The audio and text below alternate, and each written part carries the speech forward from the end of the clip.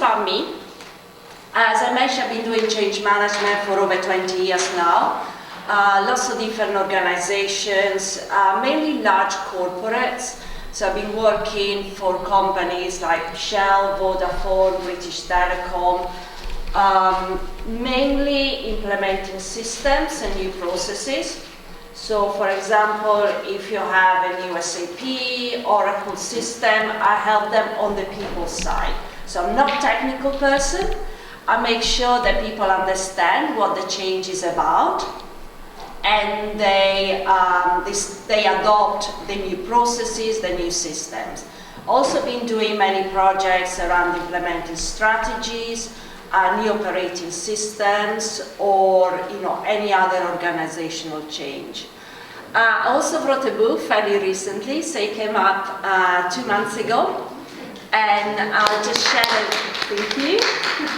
I'll share a link later. You can have a free PDF copy of the book, so thank you again. I also love study, I love learning, and that's why I did first an MBA and more recently a Master's in Behavioral Science. Again, because I'm really interested in people, behaviors, and I wanted to learn more how to understand the behaviors of people when we go through periods of change. And this is not only applies to work. I mean, we find change in any moment of our lives. It could be moving jobs, moving house, or a change that sometimes is imposed or given on us. So to me, the ability of understanding our change journey is really important. Systems thinking is important because change never goes as we expected. So you start any project, we hope it's just going to be like a straight line, nothing bad is going to happen. But the reality is that there's always some issue. There's always some, especially external influences that impact the smooth journey. Or sometimes it's things that we don't consider. For example, and as I mentioned before, it applies to anything. Every time that I moved house, I hoped it was just going to be very easy, all the process, very quick, and there was also always some kind of problem. So I think this happens in all kind of change. And the principles of system thinking is to have a more structured approach so we understand what may go wrong and how we can prevent some of those issues. Because this is what organizations look like. Any company that you may think of, yours or any other ones, there are just so many interconnected elements. So you have strategy process, you may work in different locations, technology may be different in the different departments. And when we try, for example, if we want to change one process, if we don't consider everything else that goes around it, it's not going to work. Because, we remove one of those lines and suddenly the change stops working because we didn't consider how that would impact other parts of the organization. And these are some of the things that may go wrong. Any of you familiar with anything like this that may happen where you work?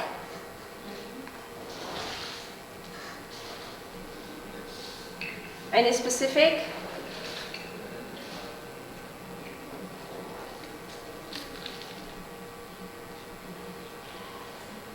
Any of you wants to share something that you just realize, oh, that was something that maybe went wrong in a change, and you thought, oh, okay, we should try and prevent it next time. Yeah. Yeah, so resistance to new ways of working, and it's common in our own places that we have been doing some things, some of the things when you're working, like I work in a hospital and supply of drugs not very much available because of the method we do. So we try to engage partners to bring and then they sell. A kind of MOU partnership. Yeah. But there was a lot of resistance from the stakeholders. The fear of losing jobs, which we assured them it would not happen, and then they were used to the older ways of doing things. So it took very, very, very hard work before we eventually convinced them. And every person is now seeing the benefit of engaging the partners. Yeah, indeed, and that's, you know, that's one of the best ways to have a successful change, is when you start engaging people, and I will talk a lot about that before. But also, and I don't want to say too much now, is understanding, you know, their perspective. So we have a view of the change that it may be different to how other people experience it. So these are all the things that can go wrong. And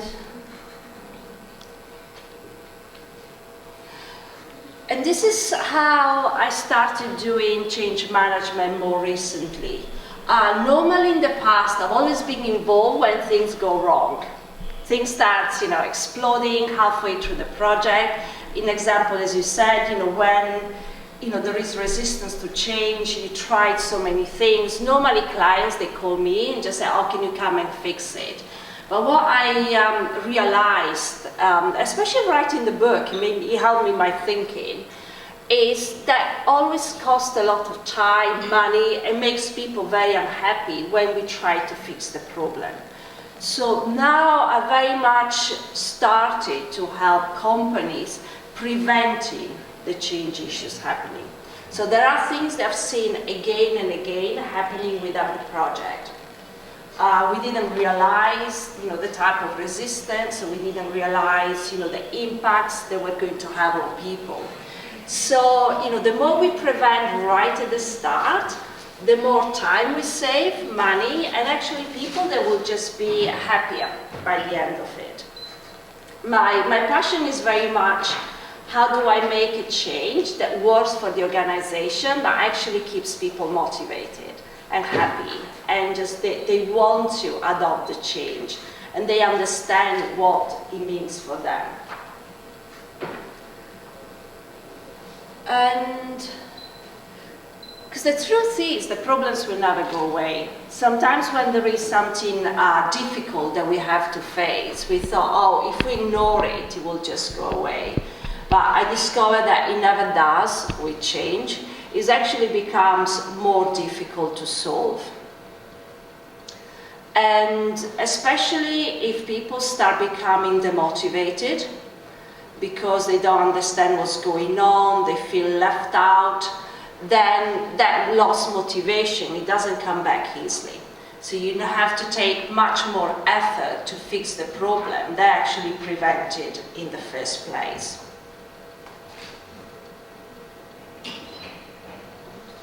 So this is what we'll do today.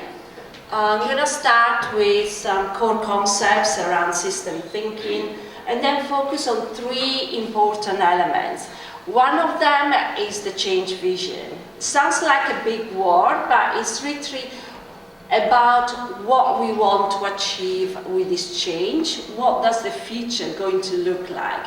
And that's very important, because if we are clear on that, then we can communicate to people much better.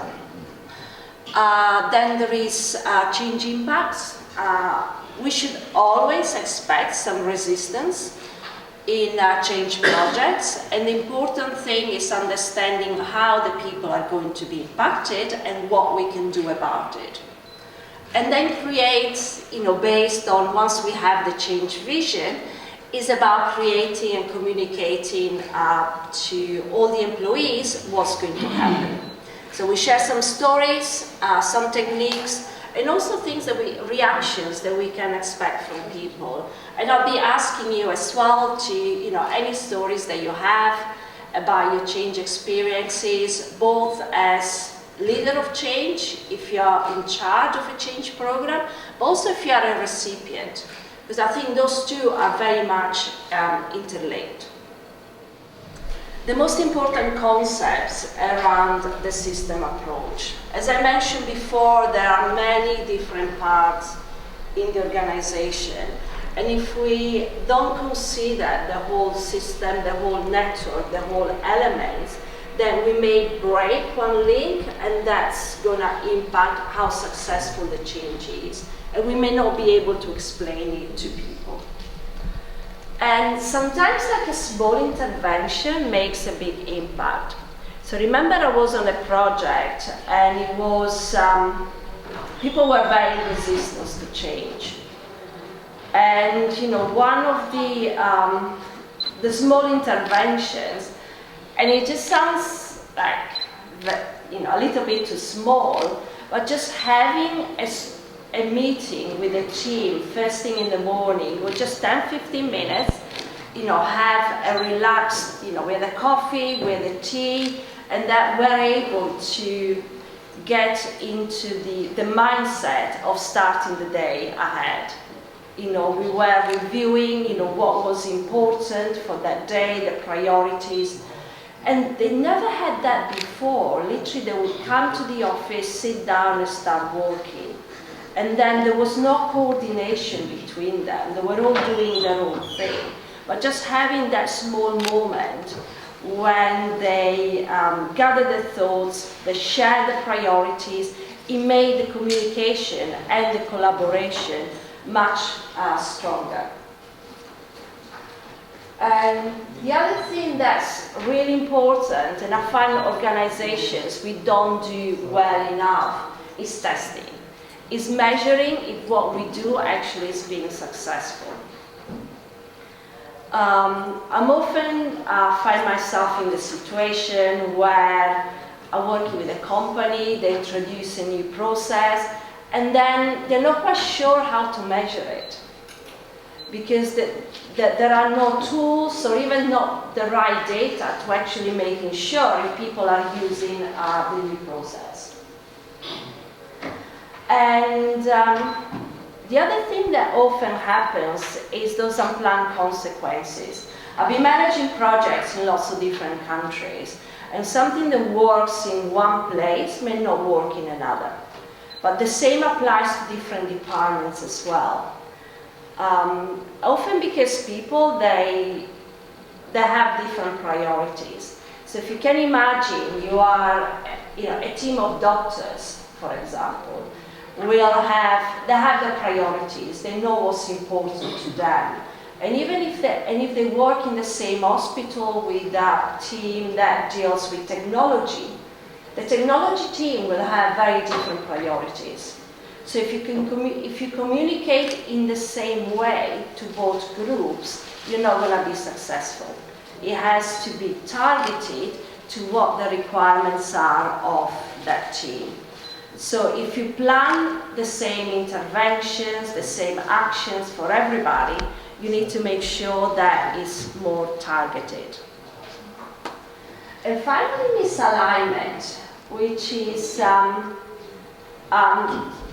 not familiar with the type of work that all of you do, but what I notice in many companies is that there's too much change. There's too many projects, and sometimes they're in conflict with each other. And if we don't give that clear understanding to everybody of what the change is about, they'll start thinking only about that project that they need to do in that moment, not how it fits in the overall organization. But let's start now with how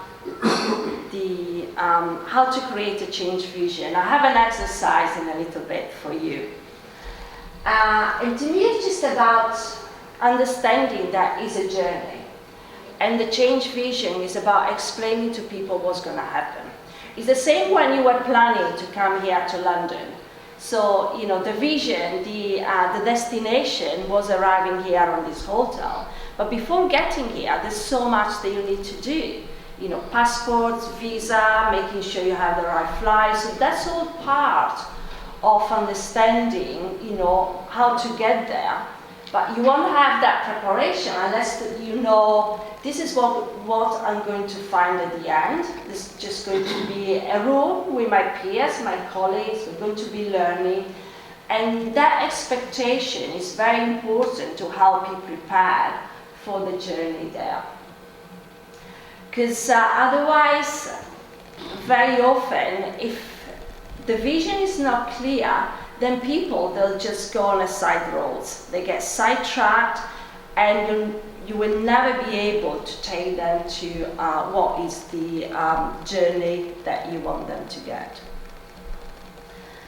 There's a story here. There's a company that I was working with. It was in Australia, and it was a large system implementation, but also a transition of people from one company to the other. So it was very complex. It was very emotional because people had to change their jobs, they had to change their companies. So it's quite difficult. It was a difficult change for many of them. And I was helping the leadership team prepare the presentation, the big announcement. And we had a lot of really good information. We knew what the change was about. We had the plan, we had the purpose, so all of those things that you expect to be there, we had prepared. And the day comes, there was 300 people in the room, just presenting the big change, and I knew all the important information was there in the slides. And they were prepared, that they answered all the right questions. And at the end of it, I was listening to people coming out of the room, and I started hearing things like, oh, they didn't share the plan, or they didn't share the purpose. And I thought, oh my God, that information was there. But in the minds of the people, it didn't connect. So people did not hear it because it was too much information, and it was not part of that journey yet. So as a leader, it may be your map, you know what you want to do, but you have to remember it's the journey of the people. So when you explain it, they may not understand it straight away, and they may, if you use your own words, they may not connect with them. So that's really important to keep remembering and reiterating the journey, having that clear vision in mind. So this is how we start preparing for the future state. And sometimes the future state is better than the present, but sometimes it may require people to make an effort. So it may not look as green and bright as we may hope for. They may need to make a change in process. They may actually sometimes have to make more effort. The process may be a bit more difficult, or the system is going to be more tricky to use. Nevertheless, it's about the future, it's about those key messages to help people visualize it. And I like images. You'll see lots of pictures during my presentation. But at the same time, some other people, they prefer words, or they prefer listening to the message. So when you communicate, it's important to have all these different means. And especially at the early stage, I think it's important to be as clear as possible. People will never, ever agree to a change straight away. It just takes time for us to rationalize it, to make sense of it, to playing around in our minds with the different, the questions that the change triggers on us. And that's why using a plain language is very important. We often get carried away, especially in companies or organizations which have a lot of difficult words, jargon, acronyms that sometimes they stop other people understanding us. And one of the advice that I always give people is to write and explain the change as simply as possible.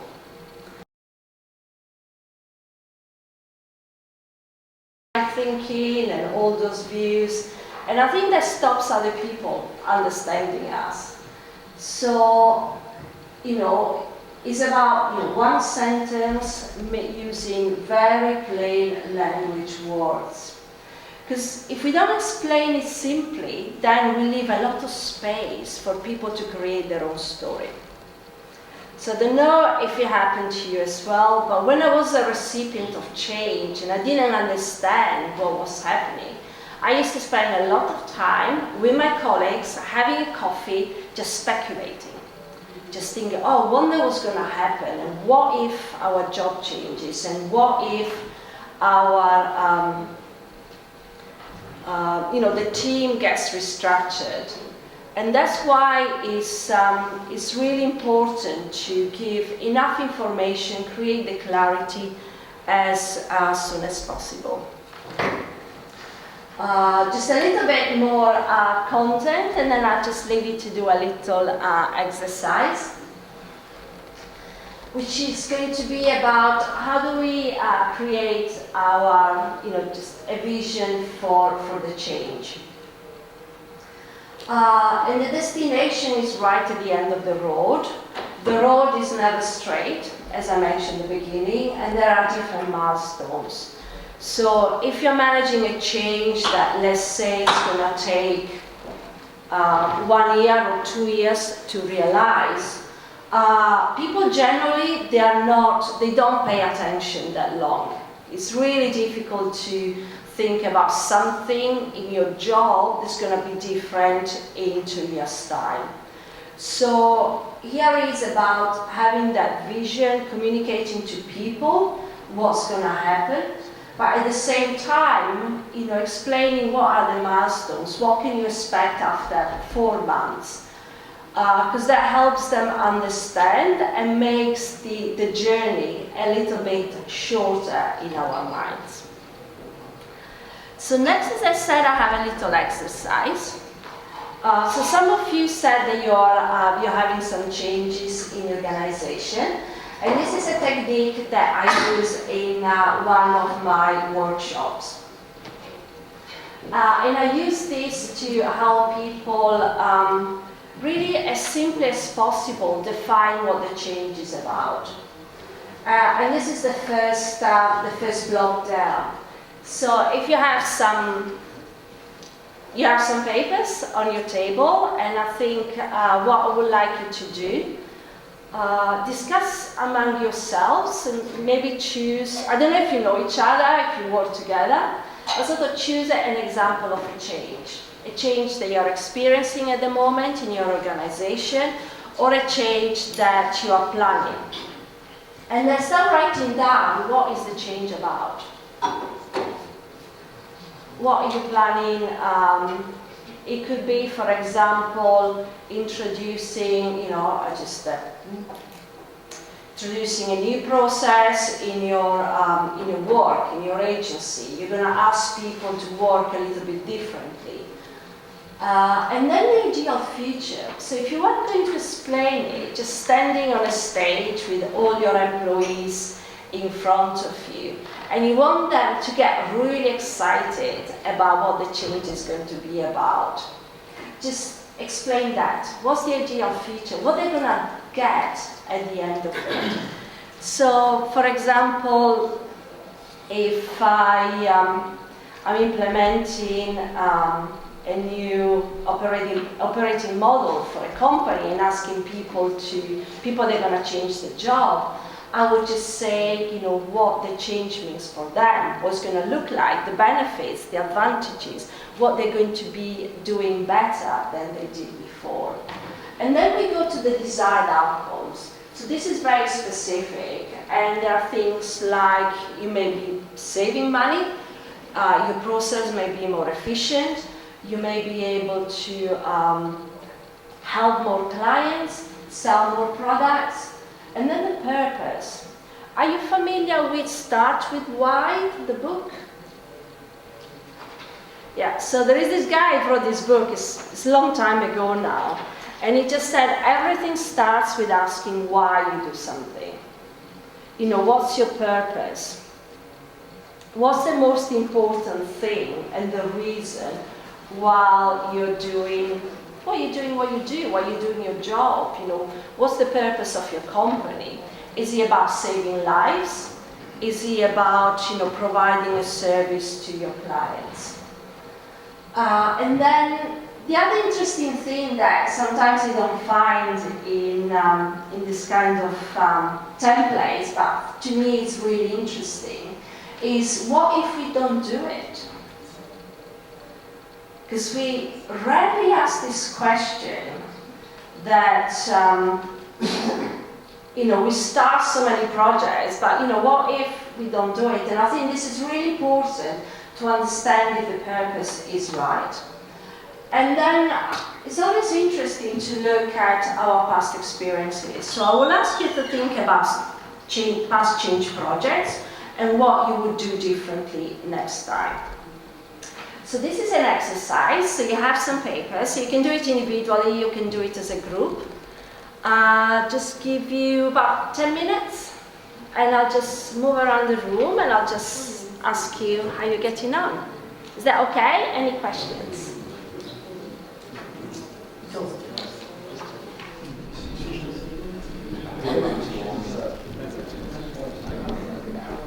What do you do? What topic do we take? Attitude to work? Should we take something down? Okay. Yes. How come you've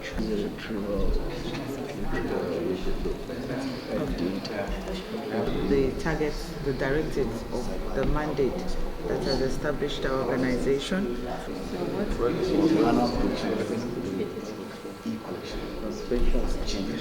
Collection.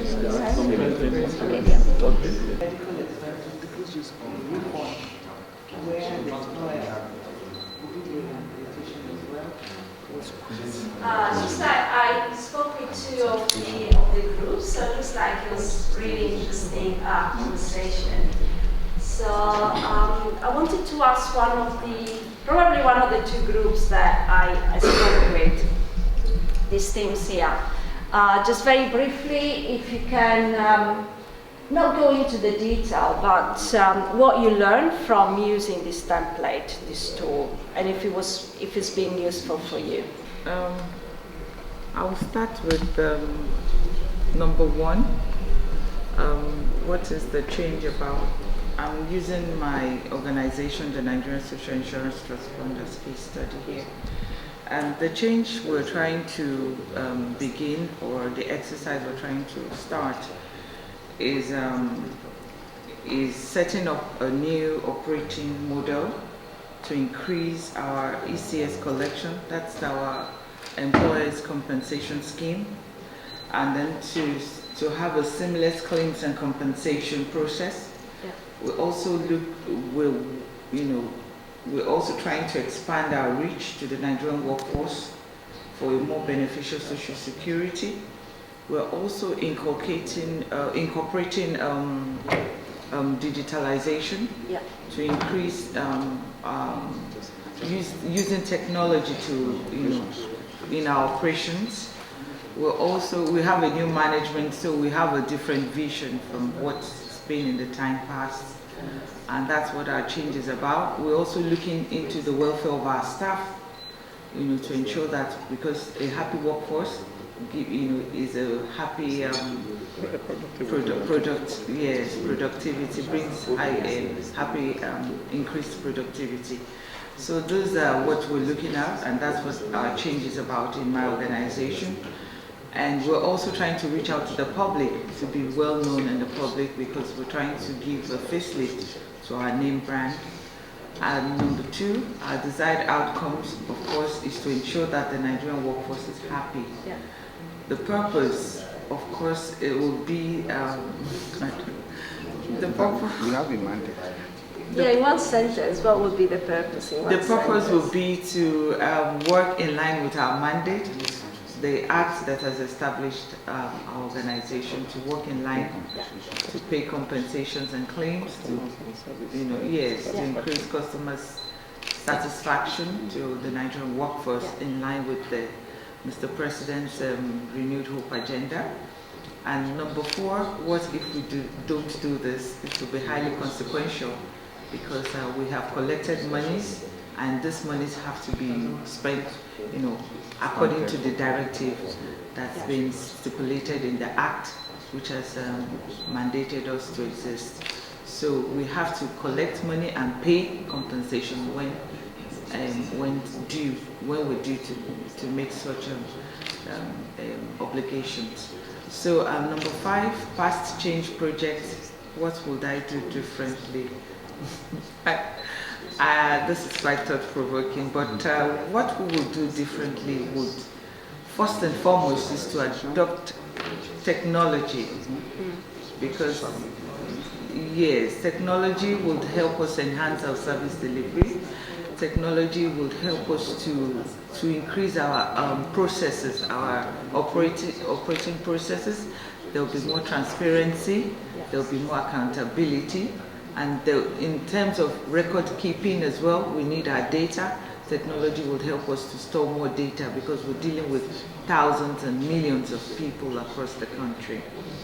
And the ideal future will be that we have a seamless operating standard in our organization. I'm looking personally at increasing our health and safety activities, our OSH activities, so that we will have less fatalities in all of these organizations. So that's the ideal future, so that we don't have to pay claims and compensation to deceased employees or people who die in the course of accident and in the course of work by accident. We don't want to see that happening, so we would rather increase our OSH activities in our work environments. That, for me, is an ideal future. Thank you. So for me, this template indeed have actually induced a more thought-provoking way of doing things, and then that could bring about the change that we are desiring if we follow it sequentially the way it has been tabled out. Yeah, thank you. Yeah, thanks very much. And what I find useful is, sometimes I use this template with a company. We spend a couple of hours going to a lot of depth, and it always triggers some ideas that they never considered before. Just a couple of, I was discussing with somebody else in the table, one of the ways to look at purpose is like an onion. So the purpose is a bit that's just inside the onion. And if you want to get to the purpose, you have to peel all the layers. I know we were discussing with the other peers as hospital managers in the program that you were describing, you were running. It could be about digitalization and changing how you collect the payments, but essentially is about providing care. So the core is how do we work more efficiently so we improve our care. And that's more important than a new system or a new process, and that's what the purpose is about, the thing that's in the middle. And sometimes we've done this exercise really quickly, but sometimes it takes companies a long time, hours, days, weeks, to actually understand what the core is, because you need to just explore and peel away all the layers. Right, so there's so many things I would like to share. So very briefly, I would like to talk about the fact that sometimes we get planning wrong. And I mentioned earlier, often it takes much longer to do things. And especially when we start implementing a new system. We just think, it's just very easy. We buy a new system, we put it in the company, just a few months and everything is going to be perfect. But often we're just too optimistic on the estimates, and I think this is really important in any change program, especially because as change leaders, we are in a position of controlling all the different elements of it. You know, you understand the different teams involved, you understand what you need new processes, new operating models. So that's the perfect role as change leaders, to actually understand, you know, what are the real time scales. And one of the most important things, just because it's never like this, it's always like this. So every plan at the beginning, it just looks very straightforward. So I wanted to share my advice on how to prevent some of the, you know, they're not really mistakes. I think they all stem from the fact that as human beings, we are very optimistic. We always think that it's just going to take us quicker to do something that's what it does in reality. So probably the most important lesson that I learn myself every single time, and I have to remind myself, is to use historical data. So we expect that, we're just going to build a new house and it's just going to take, you know, 6 months, and it never does. We know that there are always expected events, there are always, you have to coordinate teams that you are not expecting to, but if we know what the average time of, you know, building a house, implementing a system, or changing the processes in your organization, it gives a more accurate view. And if you've never done it yourself, there's plenty of other companies that have done it before. I worked last year with a company in the building sector. They never implemented a timekeeping system before, so they didn't have an idea how long it was going to take. And they didn't have any other building companies to use as an example, so they just went to a retailer, to a large supermarket, and they asked them, how long is it going to take you? And they used that to have a much more accurate estimate of the time. And also, you know, there are so many different elements that we need to take into account, communicate to teams, involving the different departments, how long it takes to just get a system implemented from the vendor. So those are all activities that they take time, and it always takes longer than we expect. And if you have somebody that is external to your team, ask them to review the plan. Just say, critique it, you know, what's your opinion? Same as we've done in this exercise, it always triggers some ideas that we never considered before. And I'm often find myself working with clients that expect things to be much quicker, because it's really difficult to go to a senior leader, to your CEO, and just say, oh, this is going to take, you know, 2 years. And then you say, oh, it's going to be a year and a half. And then suddenly you find that there is misplaced expectations. Right, so next we look at resistance. So this is, as I mentioned, people are, you know, just my main interest in change management. And one thing that I'm really focusing on at the moment and researching is the fact that often it's the people who keep quiet that they are the more resistant. We tend to focus on the ones that they shout loud. They tell you, I don't like this, I hate it, it's never gonna work. But you know, the ones that they don't say anything and they actually sabotage, and they nod and they say, yeah, okay, and then they don't do it. So you have to start paying attention at the quiet ones. And also resistance is not just the junior people, the employees that they are resistant. I remember I did a project many years ago, And there was this guy, he was a head of department. He had about 100 people working for him. And because of the reorganization, he was going to lose most of the team. He was really upset. He wanted to leave the company.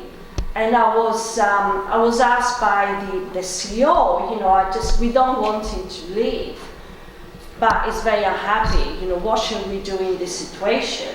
So I started having the conversations with this head of department. And, it took a lot of time, we went for coffee, we had a chat, and just tried to understand what was the problem. And essentially the main issue was that he was worried of losing influence. He thought the more people I have, the more important my department is, and the more other people are going to listen to me. And it's normal that we think, just big department makes us powerful.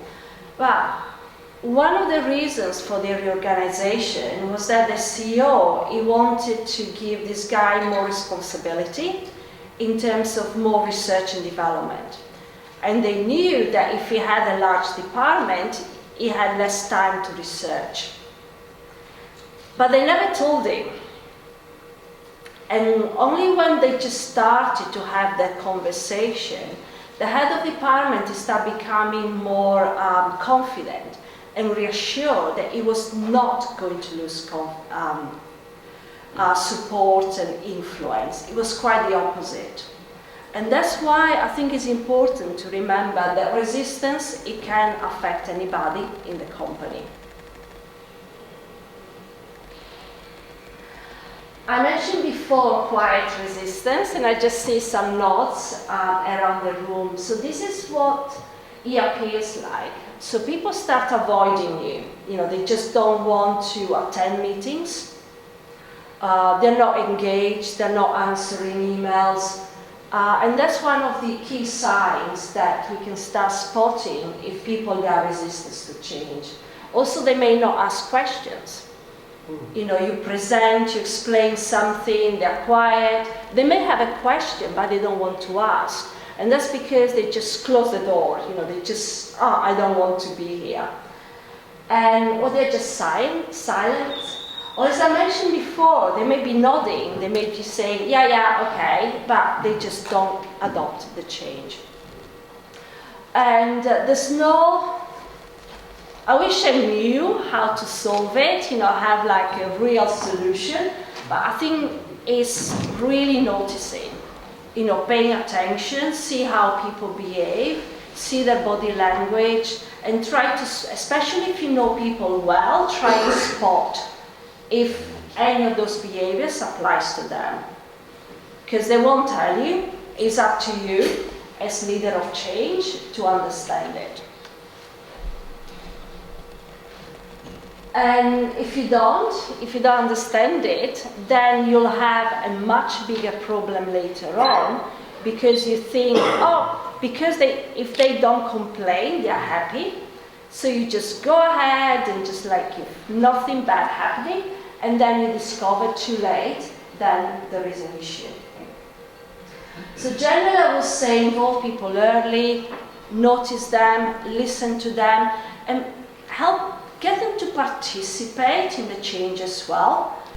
So if we think that somebody doesn't like a new system because it's got a different color or the layout is different, we may spend too much time explaining the layout when the real reason is that fear of losing threat of competence, for example. So always ask questions. I love asking questions, same as that exercise. What are you doing? What's the purpose? Why are we doing this? And you should do the same with the people that you work with when you try to implement a change. A little bit more content, and then I have another exercise for you. So every change is going to have lots of impacts. Some of them are obvious. You might just say, this is people that have to start working a little bit different, or we need to start working at a different time, or using different tools. But sometimes there are some hidden impacts, and the tool that I'm going to share shortly is about how to understand, what are the impacts people may experience. And sometimes some of those impacts are hidden. So you need to ask, lots of questions to understand what they are. They could be due to, misalignment, or you may not have spoken with the right people. So I found in projects where all the impacts appear clear, you know what's going on, and then you speak with somebody in a different department and they say, oh, you completely forgot about this big impact that's going to be applied to my team. That's why one of the key tools that I always use as a change manager is the impact assessment, which is very structured. Essentially, it's a big table, a spreadsheet, and it really helps you understanding what the impacts are, what risks you may have, and also what kind of actions you're going to take because of it. It helps prioritizing them as well. It's got colors, of course. And it's not just about identifying the impacts, but the way I always use it is to identify the groups of people that are going to have the most impact. You may have seen a version of this, and I think mine is, it's more comprehensive in terms of looking at the individual teams involved.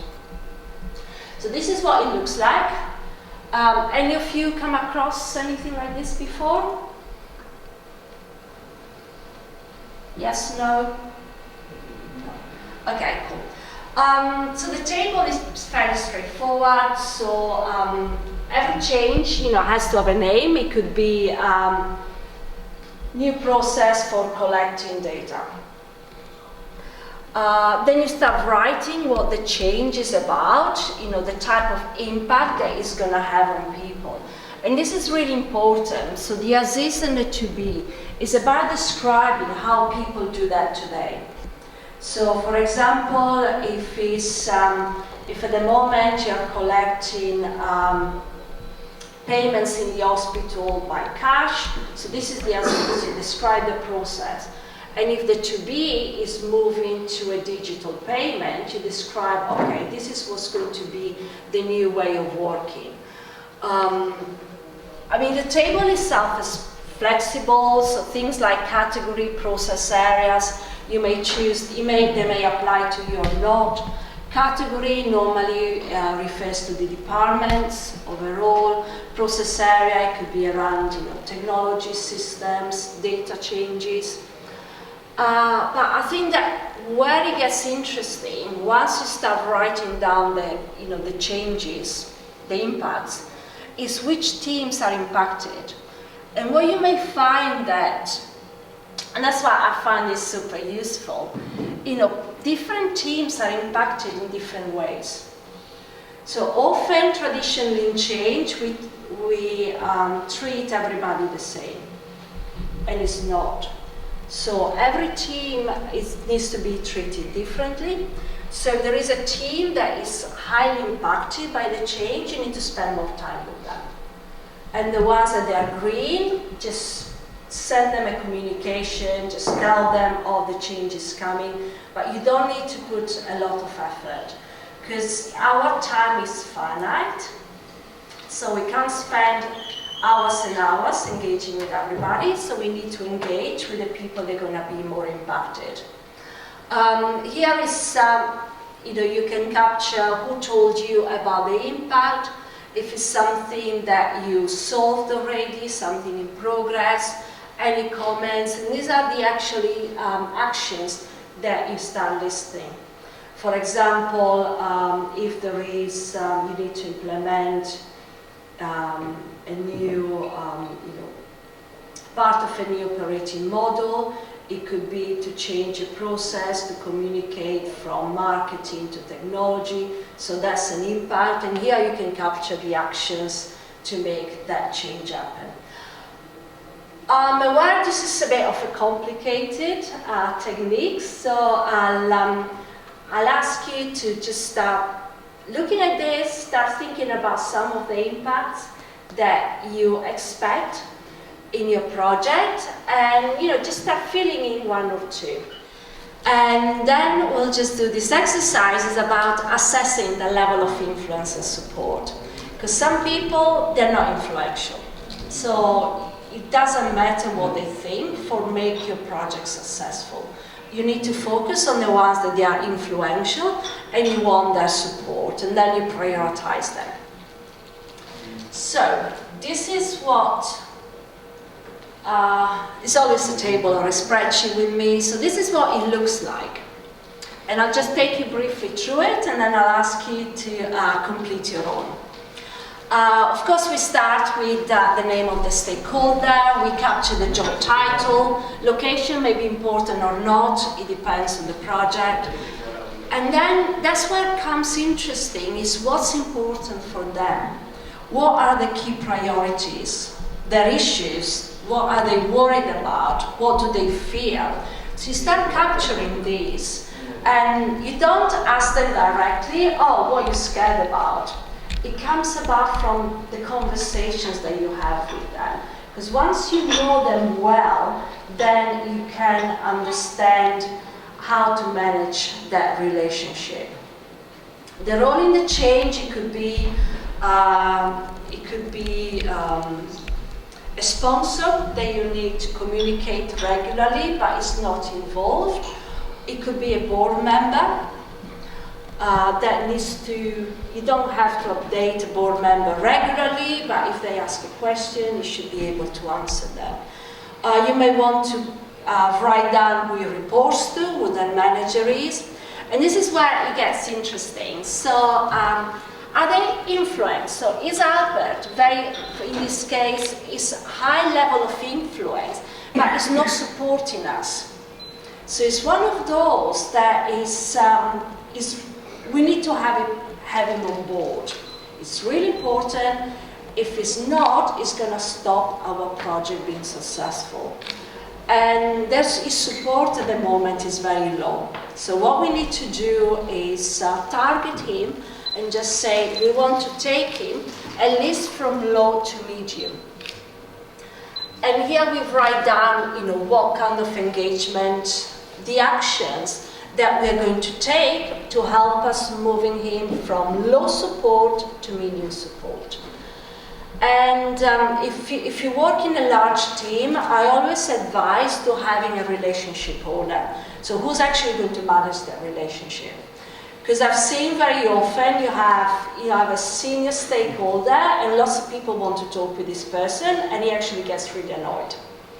So it's about targeting those relationships.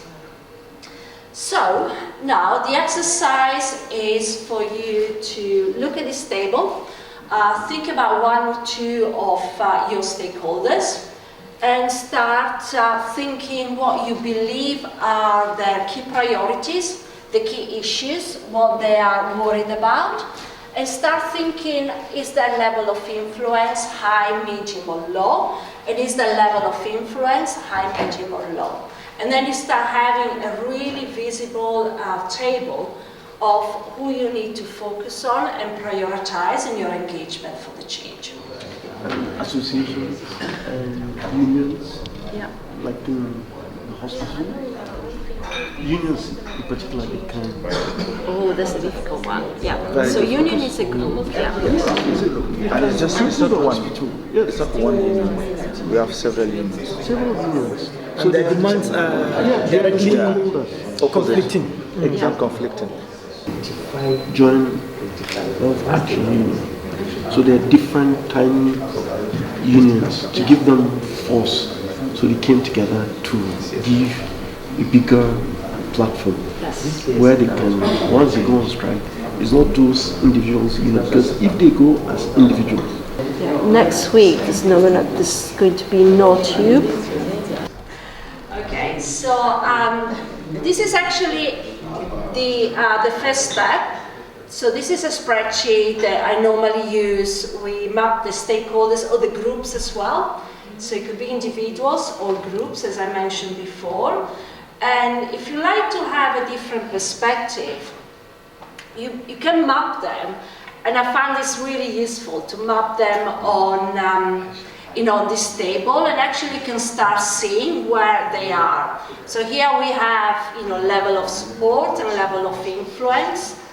And, the area, it helps you to prioritize because it's about who you need to manage more closely. You can never manage all types of stakeholders. It's about focusing on the ones that are more important. So now we'll move to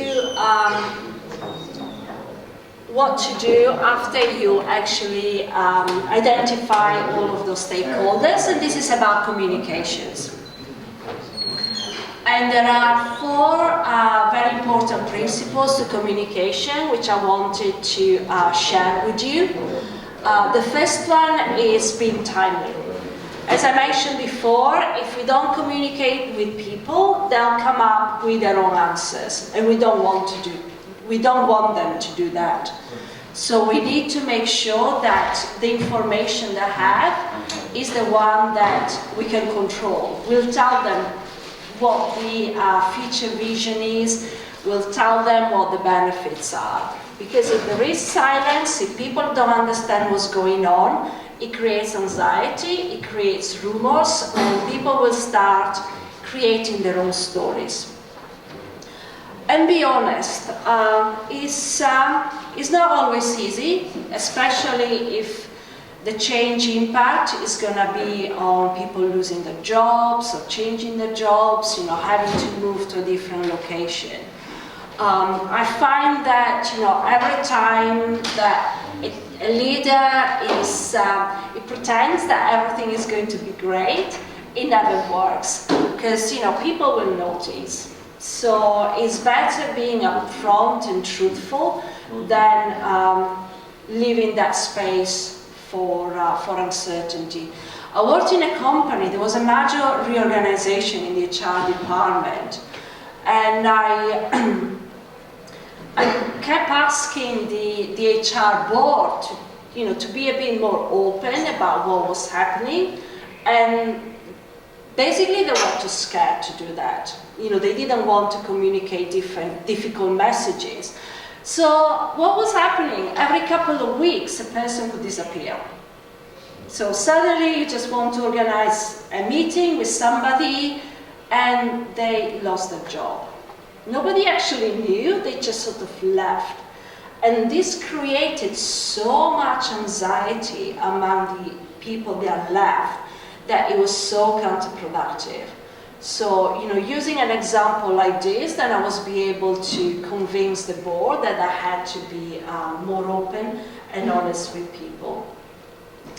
Because, we're all human beings, no matter what the role you have in the organization. And so we need to create that connection and connect with the purpose. So we started at the beginning of the presentation talking about, the destination, the vision, the purpose. People have to connect with those things, with why we're doing something. And the communication always needs to be two ways. Ask questions, get their feedback, listen to what they're saying, because again, it's back to the human connection. People will do something more willingly if they have a connection with you. And this is, I'm going to share the next technique, which is based on this communication structure. And the next technique is just very easy. Because I think we have about 10 minutes. And so different people, I reiterate, they have different needs. We need to prioritize our communication with the people that are going to have the greater level of influence and support on our program. Use different touch points. Again, I've seen many companies, they just like to do large presentations, and then they go quiet for a month, and then another large presentation. And people, they don't engage with that because it's too informal. So use as well one-to-ones, small groups, focus groups, emails, videos, you know, all those different ways of communicating, because everybody will prefer a different style. So the more you use, the more likely you are to target the right people. And don't communicate too much. So a problem that was another project, I had a communication manager that she was very comprehensive. She would have written like 3 pages of communication to explain what's going on, and I kept just, oh, let's reduce it. And one of the tricks I started using it is ask, just write the communication and post-it notes, and you're only allowed 3. If you can't fit it, each of the key points written down in a post-it note, then it's too long. Because our attention spans are becoming shorter. And I know that if I receive a long text, especially without, you know, titles, subtitles, we don't pay attention. We don't retain the information unless it's presented concisely and focusing on the key messages. And you don't have to be the only person who communicates. Use your colleagues, your peers, anybody else that has an influential role with the teams that you're talking with. Just seek that help. And this is the next technique. So I'll just explain it briefly and then we can close. It's just so simple that is very powerful and something that I use all the time. So we start by what we want to communicate. So that's the message. And it could be you want to communicate that from the 1st of October, there's going to be a new billing system. And people, they need to start using that system. The why is about what makes it important, why is important. And it goes back to that vision, to that ideal future. And the why, it needs to be something that makes people enthusiastic. And it's targeted for them. You know, this is why I should start using the new billing system. And it needs to be important for me. I don't care that the company is going to save money. Why should I use it? What's in it for me? Who, and here you just write down who you communicate with. If you have different stakeholder groups or different audiences, then it's about identifying which group, who do you communicate this specific message, and then when. So if it's a change that takes place over a long period of time, you can decide to communicate every month, every couple of weeks, or every 2 months. So planning all of these communications in advance, it just helps you with crafting your messages and what you want to communicate at different times. And then where, you know, you can decide, it could be a written communication, or it could be a presentation like this, or it could be a recorded video. So I'm not going to ask you to do this exercise right now. This is to take away and something that you can use in your work. So, to summarize, what we've been doing today is looking at an approach to change management which is based on system thinking. It's based on having a structure and an approach, because as I said, change is always different, is always unpredictable. If you remember right at the beginning, is the line, straight line that we hope, and and the real change is just like all over the place. And that's why we just need to be more structured and more planned in how we work. We talked about the importance of having a change vision. That's the destination. This is where you want to get to by the end of the change program. It has to be something that people can relate to. It's not, oh, you know, we're just going to have a very flashy new system. Is what is going to be different for me. It's going to make my life easier. It's going to help me do things quicker. Is what has more meaning for me. We talked about change impacts. I shared that that table where you can capture all the impacts that can take place in the program. You can go to different levels of detail. You can capture 100 change impacts, or you can capture the top 5. I always use any of the templates that I use. To me, they're very flexible. They can be adapted as long as the purpose, the reason remains clear. And the purpose of the change impact assessment is help you understand and plan for the impact. And then we talked about the communication and the change journey, and how we need to adapt to our audiences and to our messages.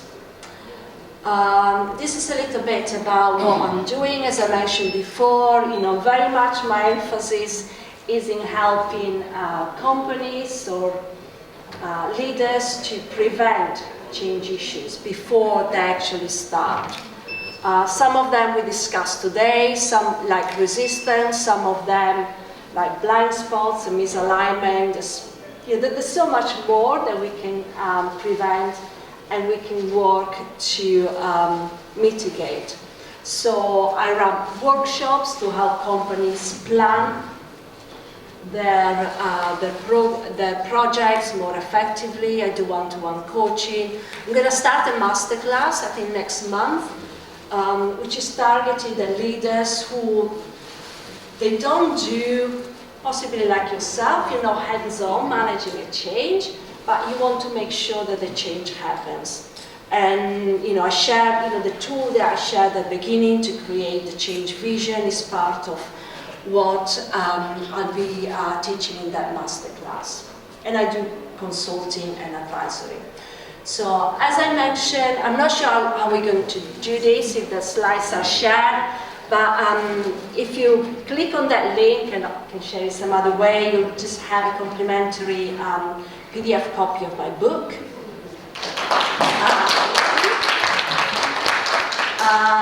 Which it captures a lot of my experience of managing change over a long time. There are examples, there are case studies from other companies as well.